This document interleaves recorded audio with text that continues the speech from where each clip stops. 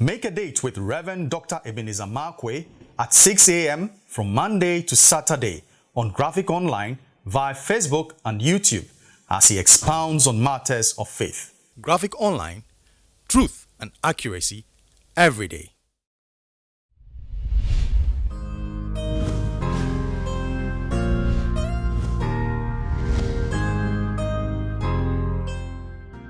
Hello, this is Reverend Dr. Ebenezer Markwei of Living Streams International. Hello, this is Reverend Dr. Ebenezer Markwei of Living Streams International, bringing you matters of faith with Graphic Online. This morning I'd like to capture my thoughts with the word star counting. That is counting the stars. Well, here's the thing. In Genesis chapter 15, verse 5, the Bible says now, Abraham just shocks God. God said, "Look, I'm your exceeding great reward. I'm this thing and blah, blah, blah." And that verse 1 of chapter 15. And then verse 2 and 4, Abraham, then God begins to say, "I'll do this, I'll do that." Then Abraham said, wait a minute. All these things that you're talking about, there is nothing I have that is going to be generational. And he said, "I have no child." And then all of a sudden, God, this statement arrests God. And God said to Abraham, "Hey, you say I can't bless you. Okay, listen." He said, "Lift up your eyes and count the stars."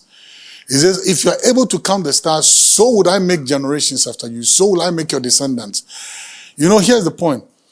Abraham came from nothing to uncountable by prayer. It was Abraham's prayer that said, "God, you have not given me, you have done this, you have done that, you have done that, but I have no generation after me. After me, that's if you need to, I'm gone. I have no child." And then God says to Abraham, "Listen, count the stars." That is what you... Listen, prayer has ability to move you from nothing into what you cannot count. It was the prayer power of Abraham that moved him from nothing to what he could not count. Move out of your comfort zone. Begin to wrestle with God in prayer. Begin to point out the loopholes in God's blessing. Acknowledge, God, you have done this, you have done that, you have done that, but still, there's something that you have not done.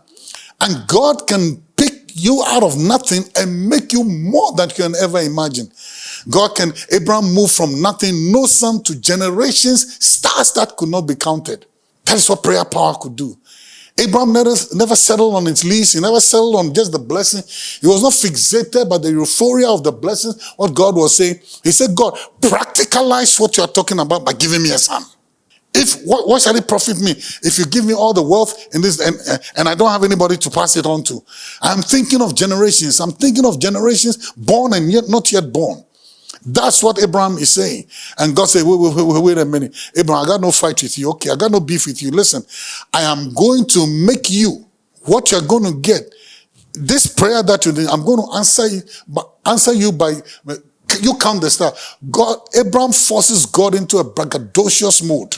Abraham forces God to begin to say, "Hey, Abraham, see what I'll do. I'll multiply you, your seed as the stars. Look, if you can count the star." What did Abraham do? Abraham pricked the side of God. Abraham pushed God. Abraham told God, "It is not enough to just speak about blessing me. The blessing must transcend me. It must be generational. God, do something about it." You can move from zero to everything, or you can move from nothing to something by your prayer power. Don't sit still. Don't relax. Lift up your voice and allow God to visit areas in your life he has not visited with his blessing. Pull his attention to it. Ram it home to him and let him know that he still has unfinished business with you. Let him finish that business. See you later.